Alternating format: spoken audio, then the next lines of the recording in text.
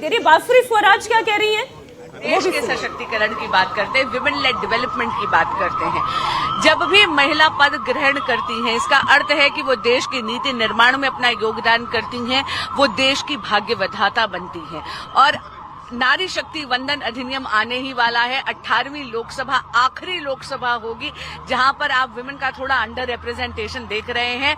अब तो सभी राजनीतिक दलों को 19वीं लोकसभा से 33% आरक्षण लाना ही होगा। एक बात है कि 1998 में जब सरकार आपकी आखिरी बार थी तब सुषमा जी बनी थी मुख्यमंत्री। आज एक इमोशनल क्षण है कि सुषमा जी के बाद आज पहली बार बीजेपी की सरकार दिल्ली में बन रही है। बहुत ही इमोशनल डे है और मैं जानती हूँ कि माँ जहाँ भी हैं रेखा गुप्ता जी को बहुत आशीर्वाद दे। विधि का विधान देखिए, Sushma ji continued as the CM 52 दिन तक, और इनकी एज भी लगभग वही है। और पहली बार ऐसा हो रहा है कि सुषमा जी की बेटी लोकसभा में, साहिब सिंह वर्मा जी के बेटे मंत्रिमंडल में, और खुराना जी के बेटे जो विधानसभा में।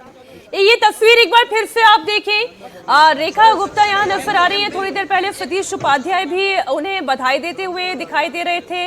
वो भी पार्टी के सीनियर लीडर हैं सतीश उपाध्याय। विनोद तावड़े इस वक्त तस्वीर में दिखाई दे रहे हैं और सब इस वक्त ऐसा लग रहा है वो व्यवस्थाओं में लगे हुए हैं। जो बॉडी लैंग्वेज नजर आ रही है, रवि किशन थोड़ी देर पहले वहां दिखाई दे रहे थे, मनोज तिवारी हैं वो भी यहाँ दिखाई दे रहे थे। तो सब ये देखिए, दिया कुमारी की मैं बात कर रही थी, वो भी उप मुख्यमंत्री हैं, राजस्थान के उप मुख्यमंत्री। चर्चा उनकी चली थी, आपको याद होगा सागर जी की चर्चा चली थी कि वो मुख्यमंत्री बनाई जाएंगी और बना दिए गए भजनलाल शर्मा जी और उन्हें उप मुख्यमंत्री का पद दिया गया।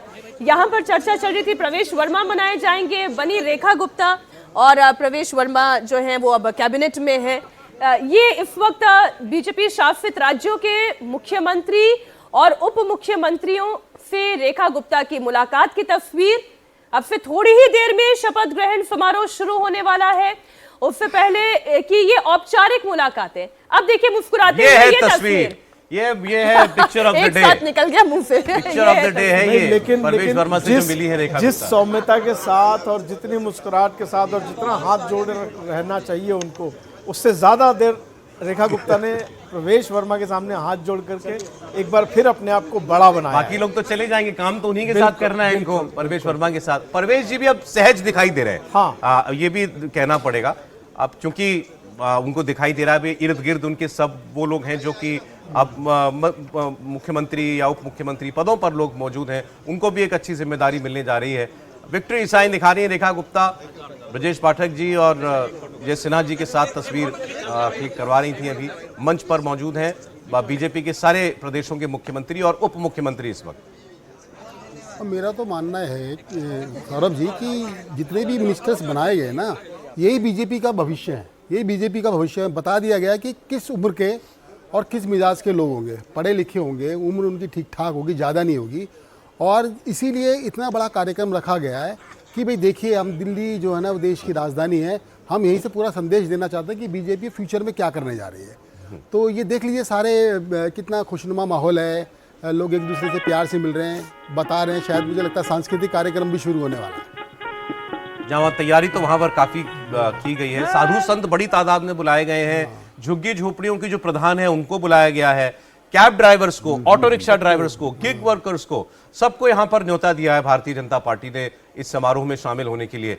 बीजेपी बताना चाहती है जीत सबकी है, ये केवल बीजेपी की नहीं, ये संदेश देना चाहती है। दीपक जी।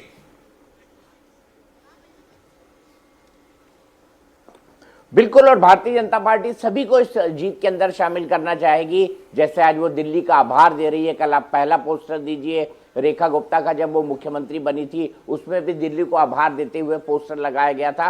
मुझे लगता है अब सौरभ, अब शपथ विधि हो ही रहा है, मंत्रिमंडल बन गया है, लेकिन मुझे लगता है कि दिल्ली में ये सरकार बनना दिल्ली में भारतीय जनता पार्टी के लिए कांटों का ताज है, क्योंकि कई सारी डिलीवरी एक्सपेक्ट किए जाएंगी, कई सारी ऐसे चीजें एक्सपेक्ट की जाएंगी जिसकी जो दिल्ली में बिल्कुल खस्ता हाल है। चाहे दिल्ली का प्रदूषण ले लीजिए, चाहे यमुना जी की सफाई ले लीजिए, चाहे आप सड़कों की हालत ले लीजिए, जो सबसे बड़ी दिक्कत वो है पीने के पानी की, वो ले लीजिए, चाहे आप सीवर की खस्ता हाल व्यवस्था ले लीजिए, चाहे आप टूटी फूटी सड़कें ले लीजिए, चाहे आप जो बेसिक इंफ्रास्ट्रक्चर है उसकी कमी ले लीजिए, तो केंद्र में बीजेपी की सरकार है, राज्य में बीजेपी की सरकार है। उम्मीद है अप्रैल में जो नया बहुमत आएगा एमसीडी के अंदर, उसमें आम आदमी पार्टी की जगह बीजेपी की सरकार एमसीडी के अंदर बन जाएगी, तो ट्रिपल इंजन वाली सरकार होगी। और दिल्ली ही नहीं, देश भी उम्मीद लगा कर देखेगा कि अब ये ट्रिपल इंजन की सरकार दिल्ली के अंदर क्या कमाल करती है। तो मुझे लगता है ये कांटों वाला ताज होगा। दिल्ली की जनता भी इस बात को बहुत अच्छी तरह अच्छा दीपक जी, आपने बीजेपी की इससे पुरानी तरह जनरेशन भी देखी और है, सरकार भी उनको भी समझना कवर किया है। समझती होगी। अब जो बीजेपी जो नई पौध तैयार कर रही है लीडर्स की, इसमें भजन लाल शर्मा दिखाई दे रहे हैं, देवेंद्र फडणवीस दिखाई दे रहे हैं, और अभी राज्यों में जिनको कमान दी गई है, एमपी में यादव जी को कमान दी गई है, सब एक तो एक एज ब्रैकेट के अंदर दिखाई देते हैं। भी सर कह रहे थे, बिल्कुल सीख बात दिखाई देती है। एक यंग लीडरशिप को नर्चर कर रही है बीजेपी। हाँ, समय समय पर भारतीय जनता पार्टी और आरएसएस के अंदर ऐसा होता आया है। जैसा पटेल आडवाणी जी का वक्त देख लीजिए, तो दूसरी पंक्ति के नेताओं में नरेंद्र मोदी थे, प्रमोद महाजन थे, वेंकैया नायडू थे, ऐसे कई सारे नेता थे। सुषमा स्वराज जी थी, अरुण जेटली थी। अब अरुण जेटली जी के बाद और नरेंद्र मोदी जी के बाद की जनरेशन पर आ जाइए तो उसमें भूपेंद्र यादव हुए, धर्मेंद्र प्रधान हुए, ऐसे कई नेता हुए। तो समय समय पर, और अब आरएसएस और बीजेपी ने भी जो अपना साइकिल बनाया है, उनको लगता है कि मुख्यमंत्री जो बने व्यक्ति वो 50 से 55 साल के बीच का होना चाहिए, ताकि अगले 10-15 वो सक्रिय राजनीति में सरकार और अपनी पार्टी को दे सके। तो मेरे ख्याल से भारतीय जनता पार्टी काफी ऑर्गेनाइज्ड है, इस मैनर में काफी ऑर्गेनाइज्ड ढंग से काम करती है, और समय समय पर जो परिवर्तन होता है उम्र के लिहाज से, जिसको हम जनरेशनल शिफ्ट कहती है, वो भी करती है। तो अभी की कोशिश आपने हाल ही की देख ली, एक सर्टेन एज ब्रैकेट के लोगों को ले जाना, प्रमोट करना, उनकी लीडरशिप को डेवलप करना। जैसे रेखा गुप्ता है, रेखा गुप्ता के बाद प्रवेश वर्मा की जो उम्र है, ऑलमोस्ट 3-4 साल का अंतर होगा। रेखा गुप्ता 3-4 साल प्रवेश वर्मा दीपक से जी, बड़ी माफ होंगी। कीजिए, मैं तो आपको एक रोक नई रही हूँ क्योंकि आप जो जनरेशनल शिफ्ट की बात कर रहे हैं, है। देखिए वसुंधरा राजे से इस वक्त रेखा गुप्ता की मुलाकात हो रही है। इसे कहते हैं जनरेशनल शिफ्ट। आप राजस्थान में देखिए, दिया कुमारी इस वक्त उप मुख्यमंत्री हैं, और वसुंधरा राजे अब उस पद पर तो नहीं ही है जिस पद के लिए हमेशा से ये कहा जाता था कि उन्हीं की दावेदारी है। दीपक जी,